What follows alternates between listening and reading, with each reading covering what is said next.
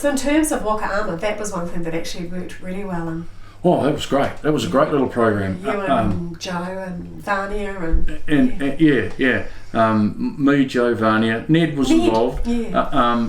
Ned organised for the Waka armour. He actually got these Waka armour, and once we'd started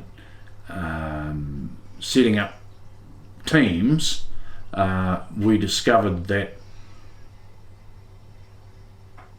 they actually became more confident, they actually became more open, they actually became more available, more readily accepted the fact that sometimes they needed help and would come and ask for it. They just, it seemed to, just as I say, it didn't really matter what the activity was, so long as there was an activity there that they felt safe doing and that they felt confident in the people who were doing it.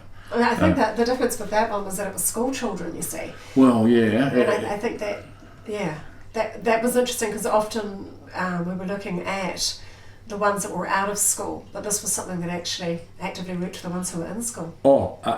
In fact, it was only limited, the age of the child was only limited in that program by the mere fact if they could hold a paddle. Of course it meant... Did any of them know how to swim? That was an interesting thought. Well, they all had... Most of them knew how to swim, but there were the protocols, safety protocols in place. Everyone had to wear a life jacket, and everyone had to, learn how to work as a team member. And the only bit that they failed miserably on is because most of them were too small and weak to lift the damn Waka off and on the trailer. Which is what you guys were there for. Yeah, which is what we got to do. Yeah. So Lake Canary, great spot to actually go out in the Waka. Oh, Lake Canary,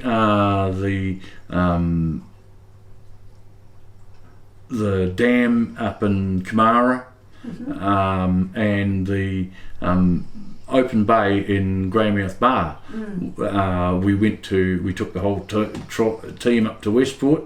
We spent a day up there with people showing us how to steer, how to paddle, how to race these things, how to keep them up the right way.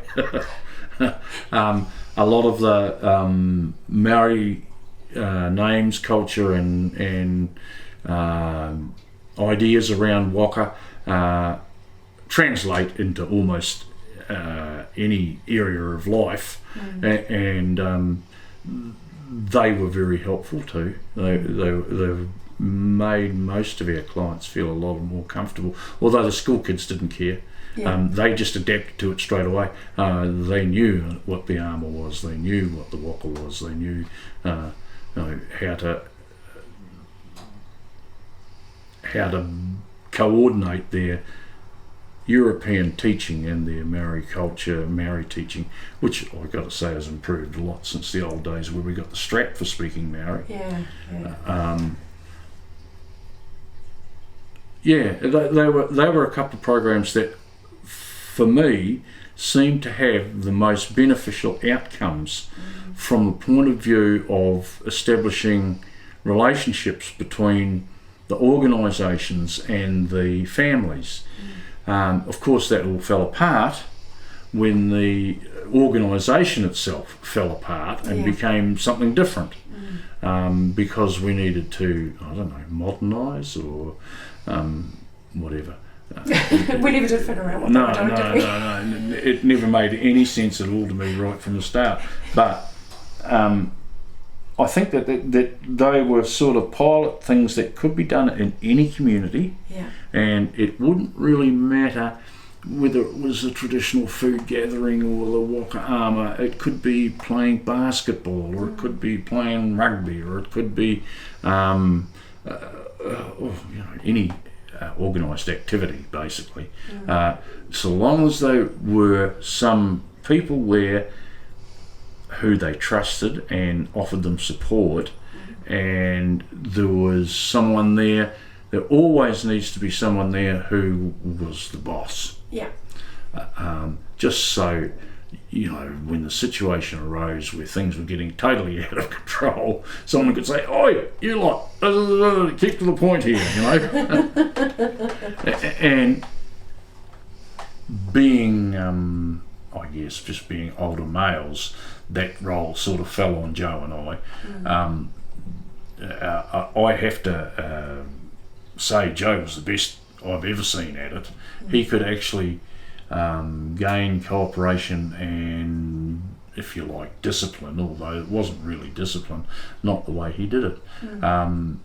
He could get a young fella to see the other side of the story, the reason for it. You know, why you don't do that with that. You don't do that because A, it's rude, or B, it's something or other. But he never put it like that. He always put it in a way that the kid understood really well.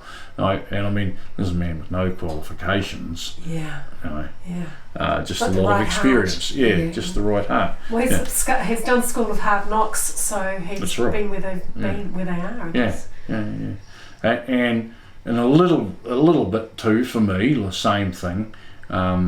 Mostly my hard knocks have been self-induced one way or another. But, you know, I mean, I've been through marriages and I've been through family discords and I've been through jobs, I've been through unemployment.